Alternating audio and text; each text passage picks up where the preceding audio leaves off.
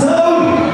E os versos que eu improviso, que brotam da inspiração, são flores de pátria livre no jardim da tradição.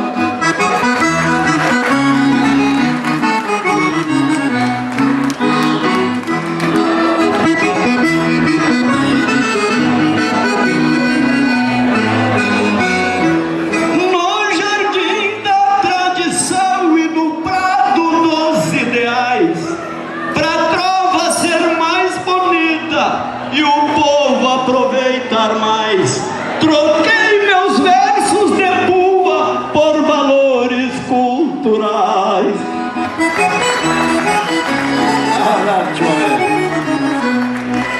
Isso é a tradição viva do pai.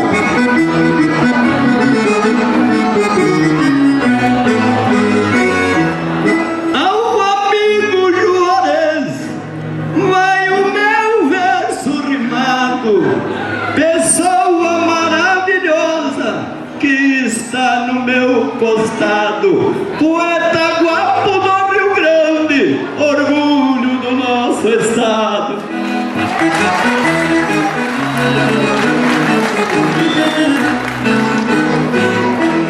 Se este é o Juarez, orgulho do nosso estado, em nome do professor Mesquita, vai o meu verso rimado a todas essas pessoas que aqui têm colaborado, prefeitos e vereadores e todo o secretariado.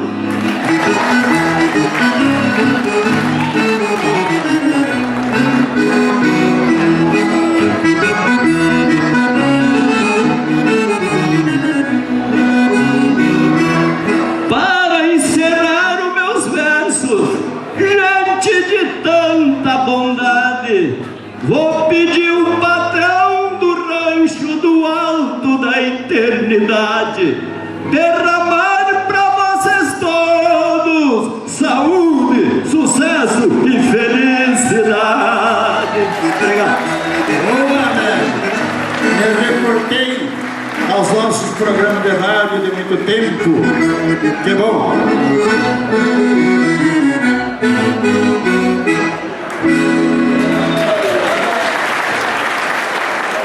Depois de